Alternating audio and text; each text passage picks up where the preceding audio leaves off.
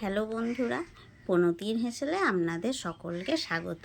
তা আজকে বানাচ্ছি মসুর ডাল, কচু আর পুঁই শাকের পাতা দিয়ে। তা প্রথমে আমি 1 কাপ মতন ডাল নিয়েছি, আমার যতটা লাগবে। তা 1 কাপ মতন ডাল নিয়ে সেটাকে ভালো করে ধুয়ে নিয়েছি যতক্ষণ না ওপরের ঘোলা ভাবটা যায়।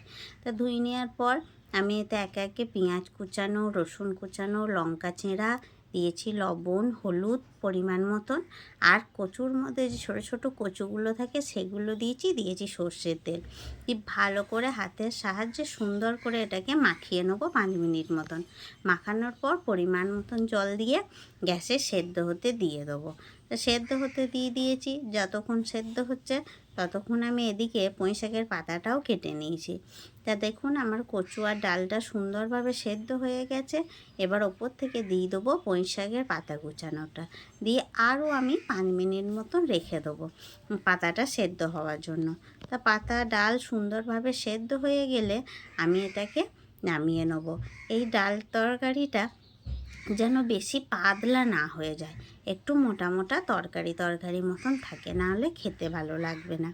আর আমি ব্যালেন্সের জন্য একটু মিষ্টি দিয়ে দিয়েছিলাম, এটা আপনাদের দেখানো হলো না। অল্প পরিমাণে একটু মিষ্টি দিয়ে দেবেন যাতে তরকারির ব্যালেন্সটা খুব সুন্দর থাকে।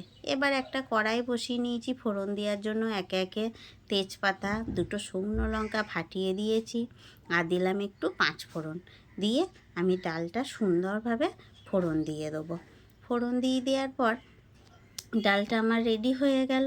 তাই এইভাবে বন্ধুরা বাড়িতে অবশ্যই ডালটা বানিয়ে খাবেন। আর ভালো লাগলে ভিডিওটা অবশ্যই আমার চ্যানেলটা সাবস্ক্রাইব করবেন।